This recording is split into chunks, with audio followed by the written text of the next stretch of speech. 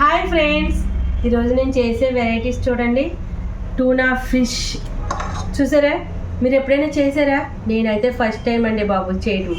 ఇదైతే ఇప్పుడు fish fry చేయమని, ఫిష్ ఇగురు వండమని చెప్పేసి ఆర్డర్ అనమాట నాకు. ఇదిగో ఫిష్ ఫ్రై ఏమో మా మోదు, ఫిష్ ఇగురు ఏమో మా సాయి. ఇప్పుడు ఫ్రై అయితే చేసేస్తున్నాను.